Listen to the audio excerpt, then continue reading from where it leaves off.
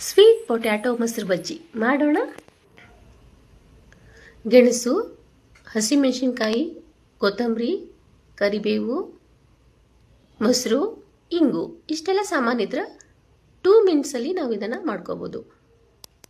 ಗೆಣಸನ್ನು ಬೇಯಿಸ್ಕೋಬೇಕು. ಬೇಯಿಸ್ಕೊಂಡಂಥ ಗೆಣಸನ್ನು ಮೇಲಿನ ಸಿಪ್ಪೆಯನ್ನು ನಾವು ತಕ್ಕೋಬೇಕು. ಸಿಪ್ಪೆನ ತೆಗೆದ ನಂತರ ನೀಟಾಗಿ ನಾವು ಸ್ಮ್ಯಾಶನ್ನು ಮಾಡ್ಕೋಬೇಕು. ಸ್ಮ್ಯಾಶ್ ಮಾಡ್ಕೊಂಡ ನಂತರ ಮೊಸರನ್ನು ಸೇರಿಸ್ಬೇಕು.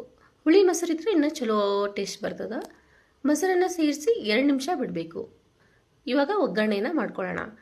ಗ್ಯಾಸ್ ಮೇಲೆ ಒಂದು ಪ್ಯಾನ್ಗೆ ಎಣ್ಣೆ, ಸಾಸಿವೆ, ಜೀರಿಗೆ, ಕರಿಬೇವು, ಹಸಿಮೆಣಸಿನ್ಕಾಯಿ, ಹಿಂಗನ್ನು ಹಾಕಿ ಒಂದು 2 ನಿಮಿಷ ಬಾಡಿಸ್ಕೋಬೇಕು. ಬಾಡಿಸ್ಕೊಂಡಂಥ ಈ ಒಗ್ಗರಣೆಯನ್ನು ಕಲಸಿಟ್ಟಂಥ ಈ ಮೊಸರು ಬಜ್ಜಿಗೆ ಈ ಒಗ್ಗರಣೆನ ಹಾಕಿದ್ರೆ ರೆಡಿ ಆಗ್ತದೆ. ರುಚಿಗೆ ತಕ್ಕಷ್ಟು ಉಪ್ಪು, ಕೊತ್ತಂಬರಿ ಹಾಕಿದ್ರೆ ತುಂಬ ರುಚಿಕರವಾದಂಥ ಸ್ವೀಟ್ ಪೊಟ್ಯಾಟೊ ಮೊಸರು ಬಜ್ಜಿ ರೆಡಿ. ಇದು ಬಿಸಿ ಬಿಸಿ ಅನ್ನ ತುಪ್ಪದೊಂದಿಗೆ ತಿನ್ಬೋದು. ಚಪಾತಿ ಜೊತೆಗೂ ನೆನೆಸ್ಕೊಂಡು ತಿನ್ಬೋದು. ತುಂಬ ರುಚಿಕರವಾಗಿರ್ತದೆ. ನೀವು ಒಂದ್ಸರಿ ಟ್ರೈ